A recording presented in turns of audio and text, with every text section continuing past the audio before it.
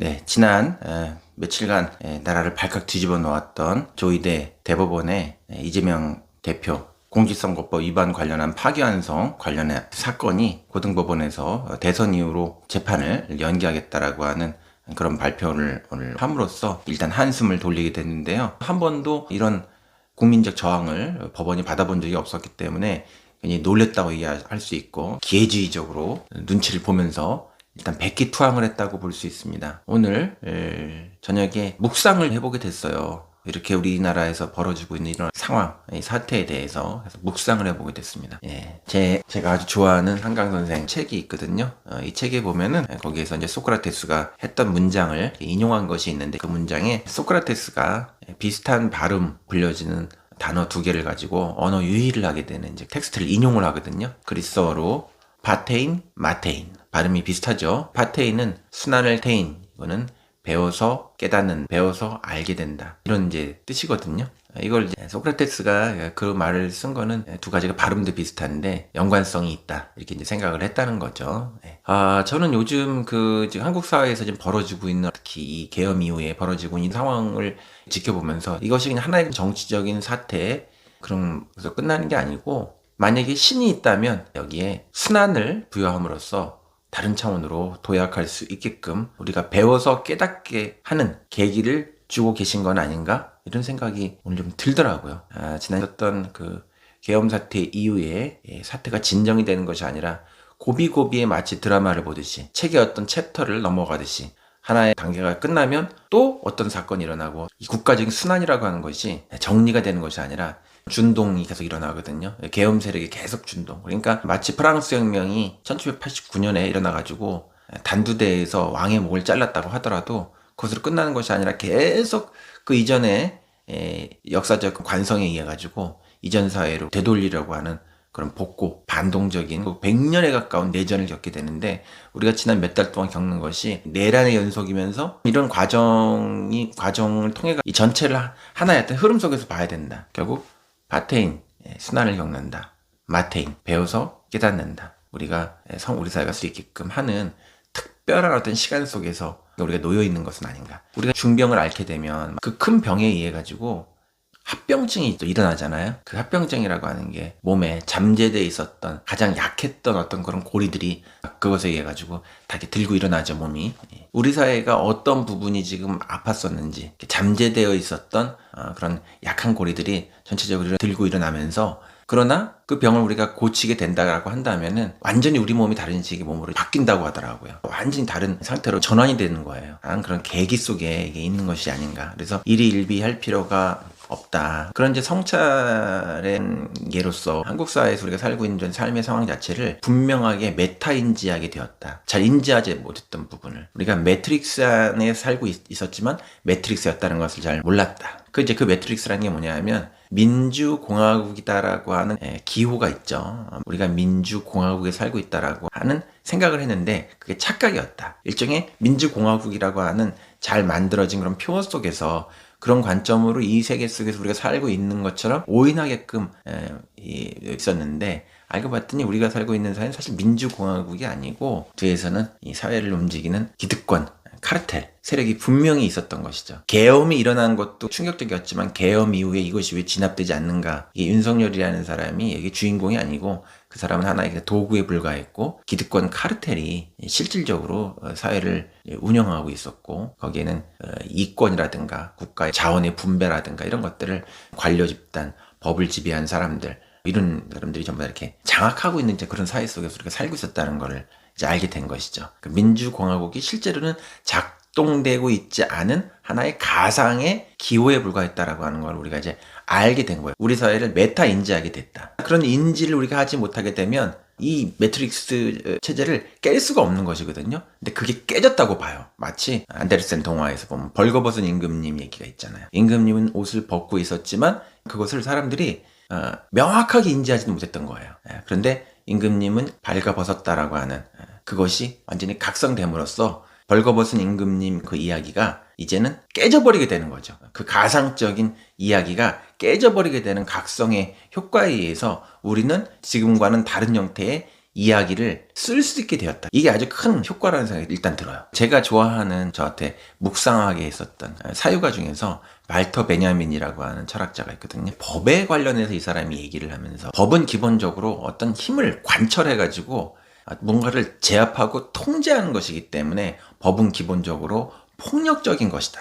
근데 이 법의 폭력이라고 하는 것이 두 가지 형태의 법폭력이 나눠진다고 얘기해요. 우선은 기존의 사회체계를 유지하게 하기 위해서 사회를 컨트롤하는 권력적인 법폭력이 있다. 그게 일반적으로 우리가 생각하는, 우리가 알고 있는 법이거든요, 사회에서. 자, 근데 폭력적인 법이 또 하나가 있는데, 그거는 기존 사회의 체계가, 기존 사회의 바로 강자의 지배를 위해서 약자를 지배하는 형태의 폭력적인 법인 경우가 세상의 법의 일반적 형태라는 거예요. 그래서 사회를 통제하기 위한 기존의 그런 법의 폭력성을 제압하기 위한 형태의 법폭력이 있는데, 그것은 바로 해방적인 법폭력이라는 거야. 그러니까 기존에 있는 법을 제압해야 되기 때문에 이 법은 훨씬 센 방식으로 나타나는데, 그거는 일반적으로 보통 나타나는 것이 아니라 어떤 혁명의 상황 속에서 나타나는 해방적인 법폭력이라는 거거든요. 말터 베냐민은 이 사람이 유대인이었는데, 그런 형태의 해방적인 법폭력,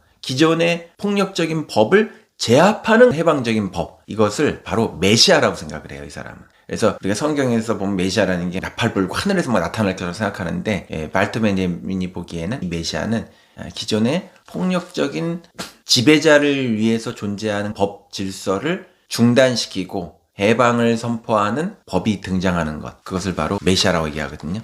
대체적으로 정치적으로는 그것은 혁명의 상황에서 이렇게 등장을 해요. 요번에 조이대 대법관의 이런 폭거, 어떤 행정 권력도 아니고 사법부의 수장이 주도해가지고 법이 전면적으로 등장함으로써 이 법이 가지고 있는 폭력성을 전면적으로 이렇게 드러낸 이 사건을 통해, 이것이 베냐민이 얘기한 법폭력이구나. 그런데 극적으로 이 법폭력이 제압되었죠. 근데 그 법이 가지고 있는 실체가 이번에 이제 드러났잖아요. 그냥 수용된 것이 아니라 이제는 국민들의 적극적인 저항을 통해 그 법을 굴복시켰어요. 그 폭력적이고 허위적인 법을 굴복시켰어요. 그러니까 저는 이게 베냐민이 얘기하는 폭력적인 법 질서를 중단시키는 바로 그런 해방적인 새로운 법 질서의 출현이라고 생각이 오늘 들더라고요. 베냐민은 이것이야말로 메시아적인 거라고 얘기를 하거든요. 스토아 철학에서는 법이라고 하는 것이 신적인 질서가 사회적으로 구현되는 것을 얘기를 해요. 그래서 로마 공화정을 만들었던, 이론을 만들었던 키케로 같은 사람은 그런 방식을 통해서 법치에 의한 사회체제가 만들어지는 것, 그런 것들을 이제 공화국이라고, 국가라고 그 사람은 생각을 했었거든요. 근데 실질적으로는 법이 그렇게 신적인 어떤 질서를 통해서 사회에서 구현되는 경우가 많지 않죠. 권력자가 법을 지배하고, 어떻게 보면 법의 탈을 쓰고서 실제적으로는 어떤 권력자들이, 기득권을 가지고 있는 어떤 존재들이 사회를 지배하고 통치하는 수단으로서 존재했던 것이 현실의 법이었다고 얘기할 수 있어요. 근데 그 법을 중단시켰다. 그리고 그 법의 중단을 통해 가지고 새로운 법으로 우리가 나아갈 수 있게끔 하는, 이 법의 원천이라는 것이 원래 어디에 있는 것이냐, 이 법이 무엇을 하는 것이냐라고 하는 이 법에 대한 생각을 완전히 새롭게 갱신해서 생각해 볼 수 있게 하는 상황이 바로 요 며칠간의 상황이었고, 그 결과가 바로 오늘의 이런 사법부 그리고 법원 내부에서 저항이 일어나는데, 이런 것들은 국민적 저항에 의한 하나의 파생물에 불과하죠. 실질적으로 그것을 굴복시킨 것은 국민적 저항이었다고 생각하거든요.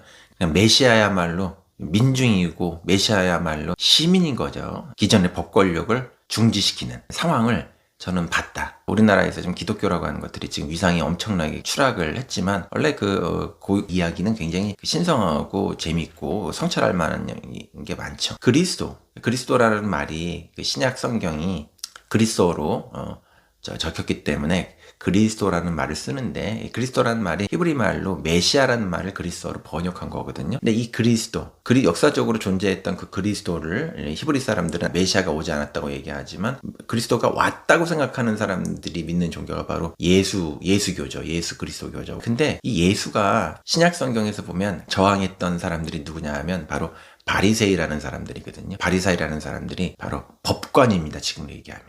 그러니까 왜 법관에 대해서 가장 강력하게 저항하고 비판했는가? 왜냐하면 기존의 그 법이라고 하는 것이, 그런 법률가들이라고 하는 것이 사실은 사회적 통제를 통해서 약자를 지배하고 또 이권을 이권을 독점하는 그런 존재로 봤죠. 예수가 보기에 가장 끔찍한 존재가 바로 그 법을 지배한 존재들이었거든요. 뒤집어서 얘기하면은 바리새이가 가장 탄압했던 것이 바로 예수, 그리스도라는 이름의 바리새이가 혐오하고 경멸하고 탄압했던 그 사람이 바로 예수예요. 왜 그랬을까? 자기들이 지배하는 세계화와는 다른 형태의 법의 출현, 법 시스템의 출현, 법에 대한 관점, 새로운 계약을 그가 선포할 것 같다는 그런 공포를 가졌던 것이거든요. 저는 종교도 하나의 문학 텍스트로 보기 때문에 이 예수라고 하는 존재를 전 시대의 법과 다른 형태의 법 선포한 혁명가로 보거든요. 신약이라고 하는 것도, 새로운 계약이라고 하는 것도 전 시대의 법과 단절된 새로운 계약, 새로운 법을 선포하는 자라고 볼 수 있어요. 혁명가라고 하는 건 그 시대의 법 시스템과는 다른 형태의 법의 논리를 도입하는 사람, 그게 바로 혁명가거든요. 안티고네 같은 경우도 보면 크레온이 얘기하는 국가의 법과 다른 형태의 신의 법을 얘기를 하잖아요.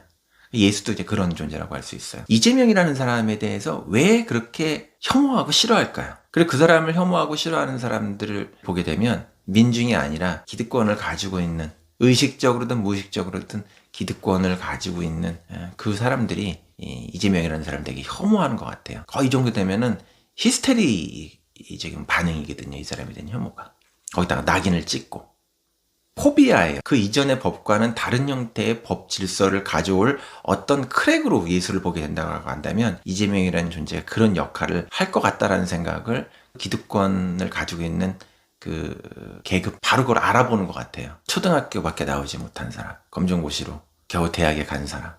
조이대 대법관은 그런 점에서 역사의 가롯 유다가 될 것이다. 한국 정치의 가롯 유다가 될 것이다. 국민을 배반함으로써 예수를 죽였지만 결국 예수를 부활시키게 한 그런 존재잖아요. 우리가 역사의 간계라는 말을 하는데, 간교한 역사의 꽤. 그래서 우리가 알 수 없는 오묘한 방식을 통해 가지고 우리가 순환 속에 놓여 있게 된 것 같지만 결국 그걸 통해 가지고 한 차원 더 다른 형태의 도약을 하게 되는 그런 역사의 깨를 인간은 알 수가 없는 거죠. 바로 신적인 어떤 존재가 그런 드라마를 만들게 되는 것인데, 이번에 조이대 대법원의 사법 쿠데타는 한국 사회를 완전히 다른 관점으로, 완전 체질적으로 다른 그런 시대로 나아가게끔 하는, 역사적으로 기억되고 해석될 수 있는 그런 크랙이 될 것이다.